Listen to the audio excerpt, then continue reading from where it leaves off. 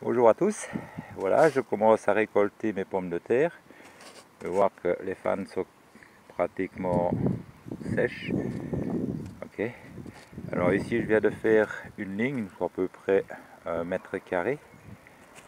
Et voilà à peine sur 1 m², ce que j'ai déjà sorti. Ce sont des superbes patates. C'est de la variété amandine. Et c'est de bon augure pour la suite parce que si j'ai ça sur 1 m², il faut vous dire que là j'ai 25 m² ou 30 m² à peu près à récolter. Et ici j'ai déjà un gros demi-seau, donc je dois avoir dans les 6-7 kg. Donc normalement je devrais avoir une belle récolte cette année qui devrait approcher les 100 kg sur ce petit morceau de terre. Voilà, c'était pour vous partager ça. Allez, bonne journée à tous. Voilà, comme je vous disais tout à l'heure, c'est une variété amandine. L'avantage de cette patate là, c'est que elle a la chair ferme et la peau très fine. Donc elle peut très bien servir en frites, en purée, en toutes sortes de préparations. C'est vraiment une pomme de terre polyvalente. Pour vous montrer à quel point la chair est très fine, regardez, pour la peler.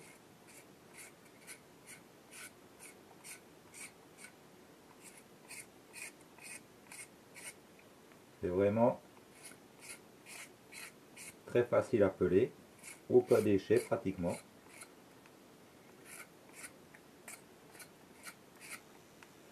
Et rendement de la pomme de terre pratiquement à 100%.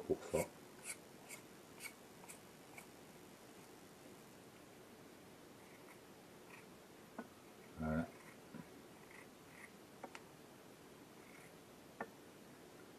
Donc vous voyez bien, c'est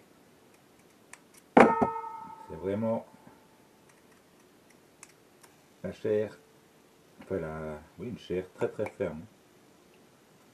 C'est vraiment quelque chose de très ferme. Vous voyez, quand j'essaie de le casser, c'est que ça donne. C'est excellent. Voilà. Allez, je continue. Alors voilà, une petite explication concernant la préparation de la terre. Alors, ce que j'ai fait simplement, donc j'ai pour tout l'hiver, j'ai mis de la fiente de poule et de la litière de mes chèvres, donc de la paille que j'ai mis pour passer tout l'hiver comme ça dessus. Au printemps, j'ai rejeté encore un petit peu de fiente de poule, juste quelques jours avant de planter mes pommes de terre. Ensuite, j'ai planté mes pommes de terre à plus ou moins 10 cm dans le sol. J'ai en même temps j'ai recouvert d'environ 20 cm de paille, donc toujours de la litière de mes chèvres. Et alors j'ai planté assez serré mes pommes de terre, de façon à ce que quand les fans sortent, elles me fassent beaucoup d'ombre, de façon à garder l'humidité au niveau du sol.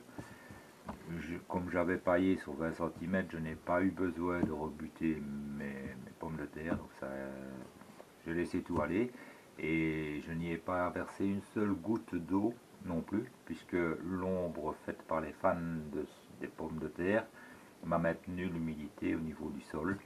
Donc vraiment le travail, je vais dire, de planter la pomme de terre et de recouvrir de paille simplement, et puis après je laisse la nature faire.